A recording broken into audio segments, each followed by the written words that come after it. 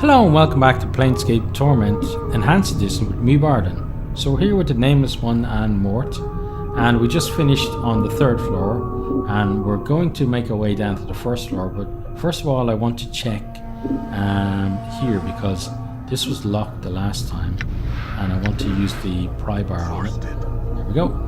Thank you. Okay, so we got a bandage which we're going to take. We've got an ancient copper earring which is closed. Okay, so let's have a look. Let's have a look at the copper earring. Okay, this copper earring looks ancient. Oddly enough, there doesn't seem to be a hook or any means of actually attaching it to your ear.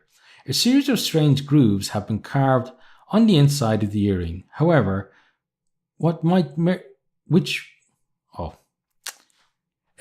let me read that one again. A series of strange grooves have been carved on the inside of the earring, however, which might merit a closer examination. So let's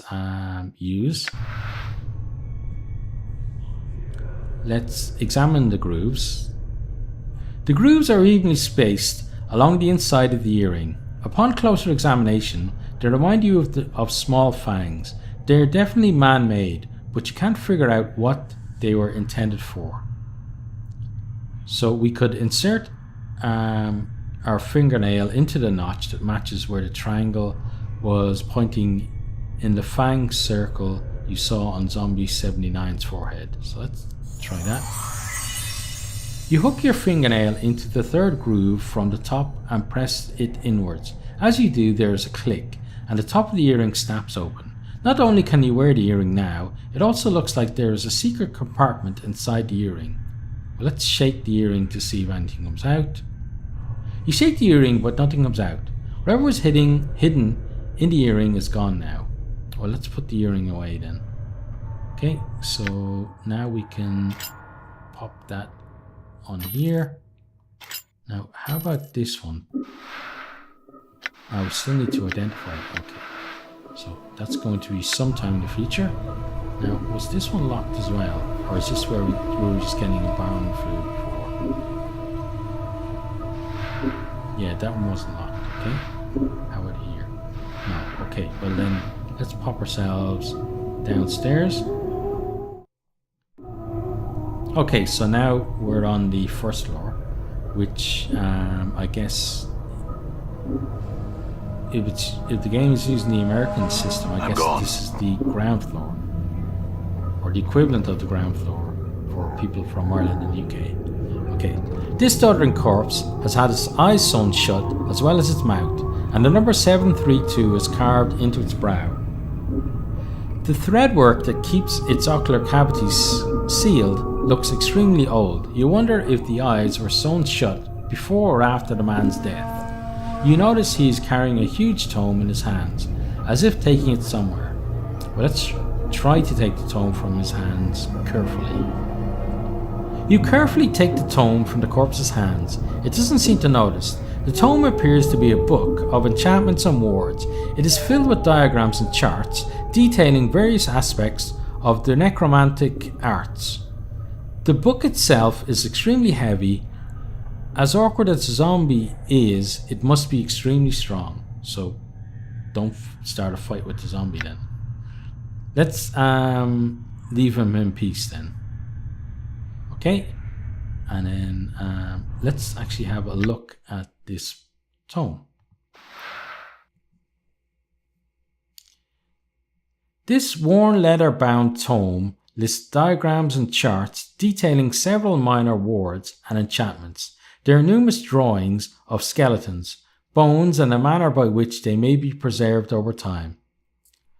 Of particular interest is the section regarding guardians. Apparently, the Dustmen animated corpses of fallen giants to serve as guardians for the mortuary. To make them even deadlier, armoring enchantments are woven into their breastplates to help shield them from attacks.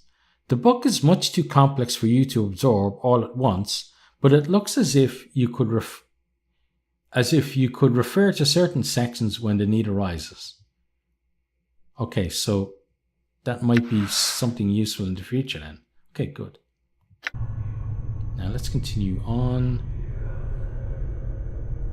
Yep, we are continuing on, please. Thank you. Let's go up here, uncover this bit. Oh, another zombie. Hello, zombie friend. You see a male corpse with the number 331 chiseled into his skull. His eyes and lips are stitched closed, and there is a gaping hole torn in his throat. He smells foul. Nice. It was great talking to you. Farewell. The corpse stares ahead silently with its sightless eyes. Farewell then. Okay, let's keep going. Another corpse here. Oh. The dustman regards you with a stony gaze. Are you lost? No. If you are not lost, what is your business here? I was here for an interment, but there seems to have been a mistake. Who was being interred? Perhaps the services are taking place somewhere else in the mortuary. That could be. Where are these other services taking place? Several interment chambers line the perimeter of the mortuary. They follow the curve of the walls on the first and second floors. Do you know the name of the deceased? Do I say yes or no? I said yes upstairs. Let's try saying no and see what happens.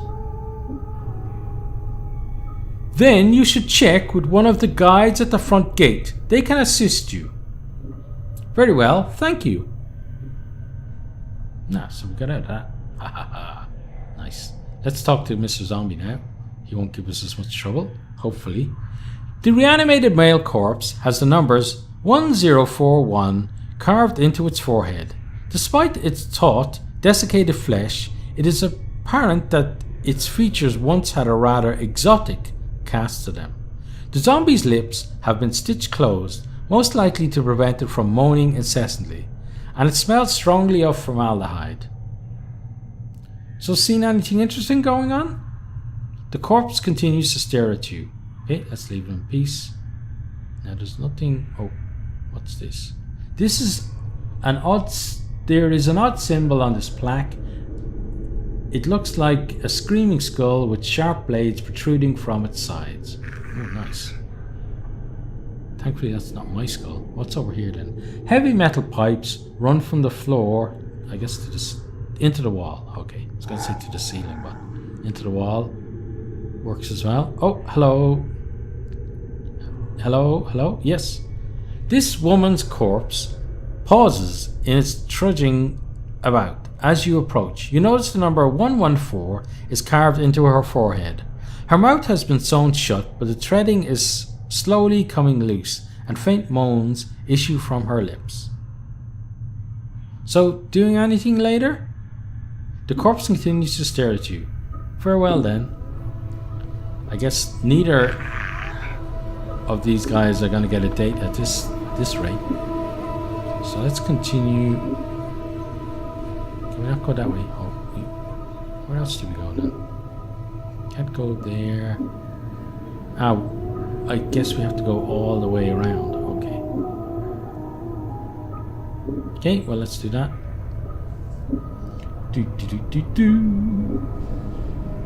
Oh, we can go in this way. Haha!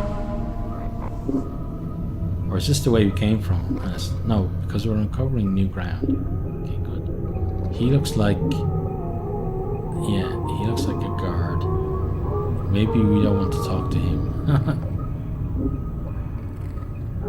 So why? Oh, that's the stairs we came down, isn't it? Yeah.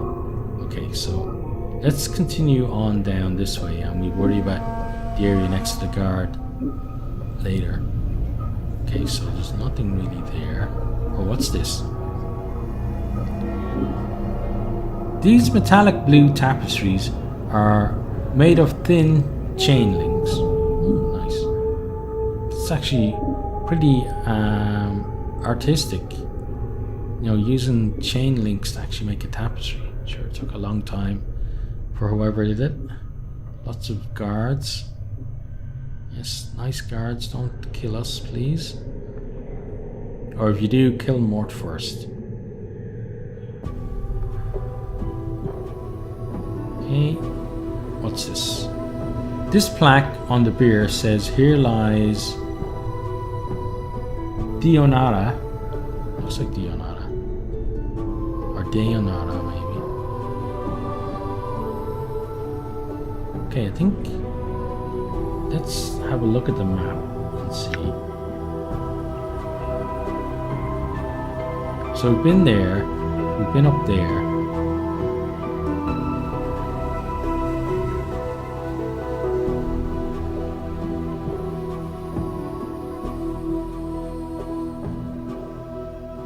We haven't been over there. Okay, so let's do that. Let's close the map.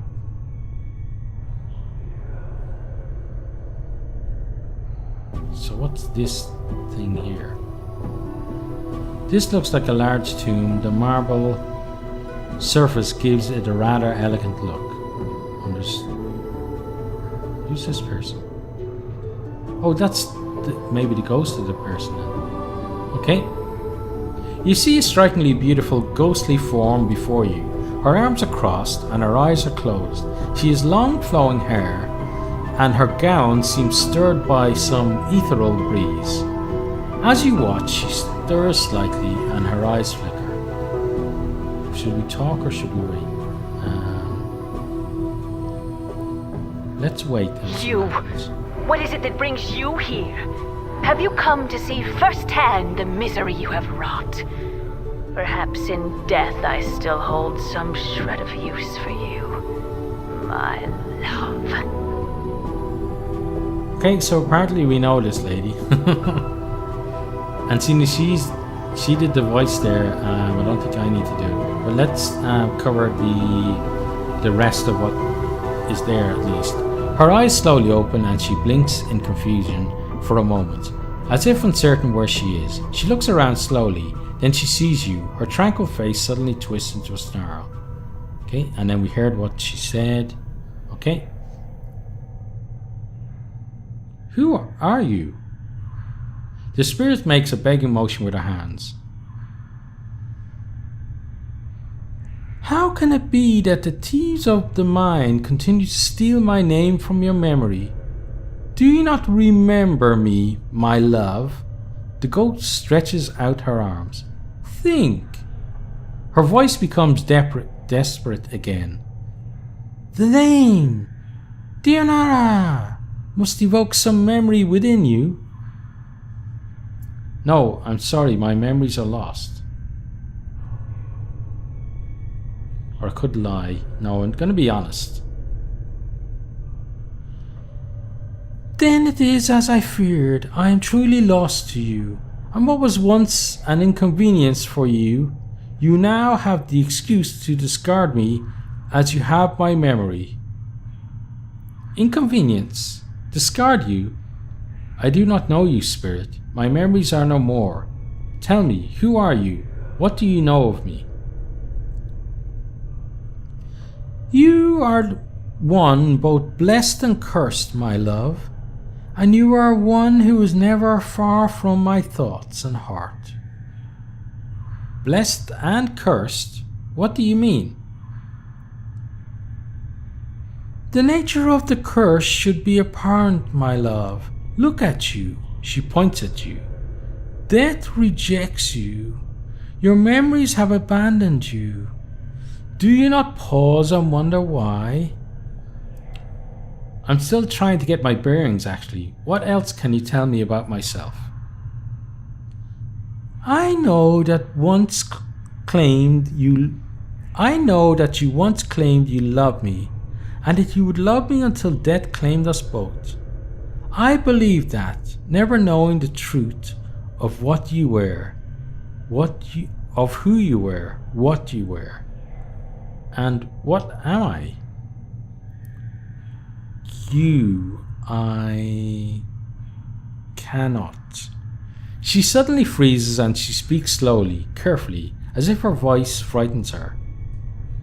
The truth is this. You are one who dies many deaths.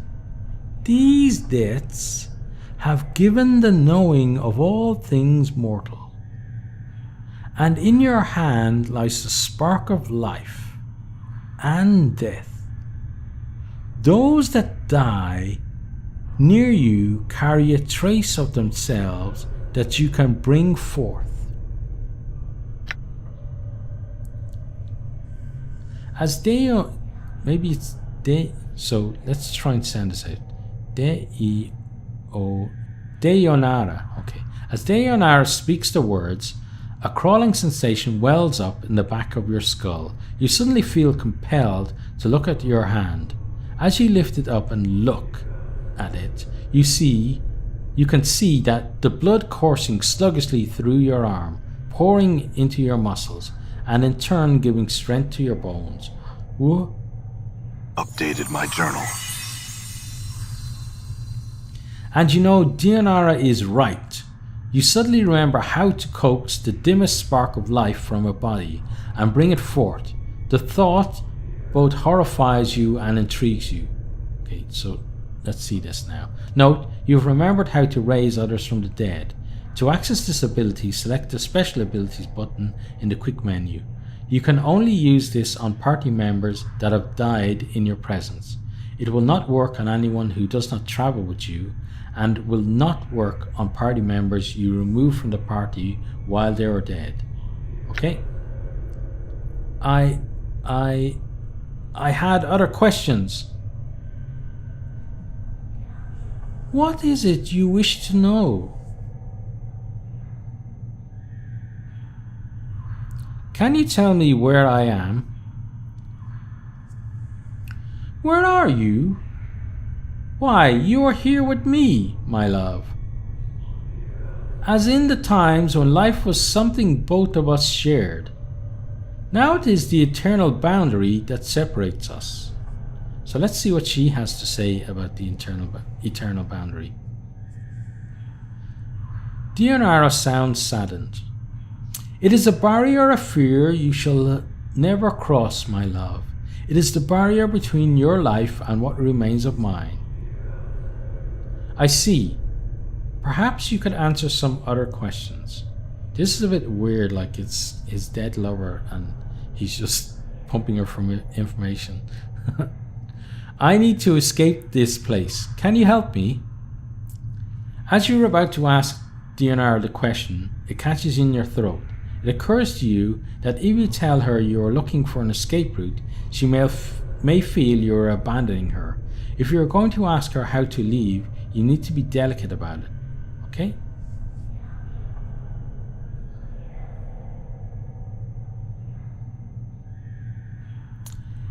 Deionara, I am in danger. Can you guide me to a place of safety? I shall return as soon as I can speak to you again. In danger? Deionara looks concerned. Of course, my love. I will aid you any way I can. She closes her eyes for a moment, and you watch an ethereal zephyr pass through her body, stirring her hair. After a moment, the zephyr dies, and her eyes slowly open. Perhaps there is a way. Yes? I sense that this place holds many doors shrouded from mortal eyes. Perhaps you could use one of these portals as a means of escape. Portals? Portals are holes in existence, leading to destinations in the inner and outer planes. If you could find a proper key, you could escape through one of these. Key?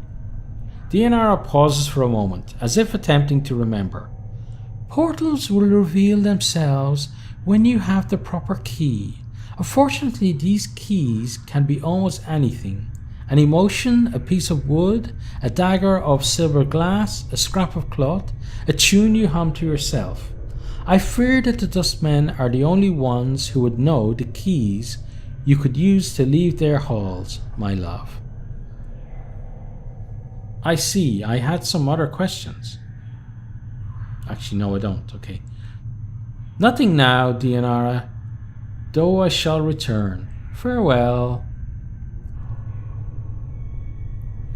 Hold a moment. I learned much when I travelled with you, my love, and what you have lost I have retained. I have not divulged all that I know to you. My sight is clear, whilst you fumble in the darkness for a spark of thought.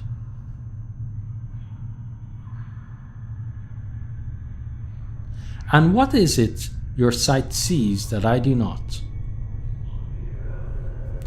Time itself relaxes. It holds as the chill of oblivion slowly claims us, my love.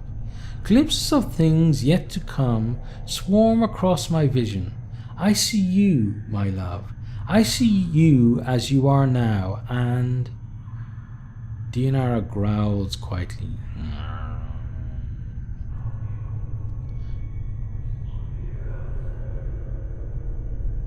What is it? What do you see? I see what lies ahead for you. It ripples through the plains, stemming outwards from this point. Shall I speak of what I see? Tell me. First, I require a promise. Promise you will return, that you will find some means to save me or join me.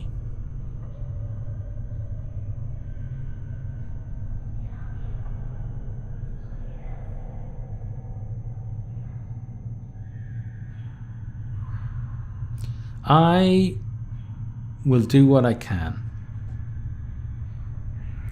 Dianara stiffens. She looks as if she is about to say something, then sighs in defeat. Very well, my love. As before, I shall have to place my trust in you. She closes her eyes. Let's wait. This is what my eyes see, my love, unfettered by the shackles of time. You shall meet enemies 3, but none more dangerous than yourself in your full glory. They are shades of evil, of good, and of neutrality, given life and twisted by the laws of the plains. You shall come to a prison built of regrets and sorrow, where the shadows themselves have gone mad. There you will be asked to make a terrible sacrifice, my love. For the matter to be laid to rest, you must destroy that which keeps you alive and be immortal no longer. Destroy what keeps me alive? I know that you must die while you still can. The circle must come to a close, my love. You were not meant for this life. You must find that which was taken from you and travel beyond, into the lands of the dead. Die while I still can? Updated my journal. I do not doubt your ability to rise from the dead. I do believe that every incarnation weakens your thoughts and memories. You claim you have lost your memory. Perhaps it is a side effect of countless deaths. If so, what more will you lose in successive deaths? If you lose your mind, you will not even know enough to realize that you cannot die. You shall truly be doomed. Countless deaths? How long has this been going on?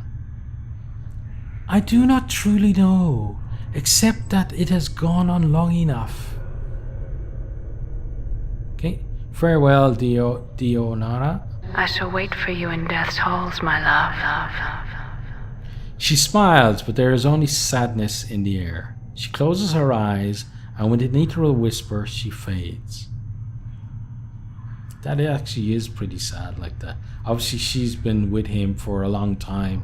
Doesn't remember. They're supposed to be like, you know, soulmates and stuff. And some of the options, I have to say, to basically, you know, to basically be a dick to her, like, and tell her you don't care about her, was a bit weird as well. I suppose some people would want to play it like that. I suppose you do have the option, but for me, it's not something I would do. Now I have to remember an approximation of Mort's voice now. You back with me, Chief? You kind of drifted out on me there. No, I'm fine. Do you know who that spirit was? Spirit? That spectre I was talking to, the woman. You were rattling your bone box with some woman? Where? Mort looks around, excited. What did she look like? She was right on top of the beer. Didn't you see her? No. You just kind of drifted out for a bit there. Just stood there, statue-like. I was a little worried. You gone addled on me again. No, I'm fine, I think. Let's move on. Ooh, looks like my skills have increased. Okay, looks like my skills have increased. Okay. So now maybe we go to our statistics screen. Skills increased. Level up. Here we are. Okay, good. Right, so what can I do? Saving throws have improved. Fighting skills have improved. 1 characteristic points gained. 6 hit points gained. Okay, nice. Let's accept that. Okay, so we can bump something up by 1. So what'll I do? Maybe charisma? I think when we started I called that character rather than charisma. I don't know why I did that. Just probably because CHA normally I think of character. So let's bump that up. Okay, and he's going to be a nice charismatic guy. Okay, so but I think we're kind of running short of time there, and after that kind of epic chat with Deionara, I guess it is. It's a good place to leave off. And myself, the Nameless One, and Mort really do hope to see all of you next time. Goodbye.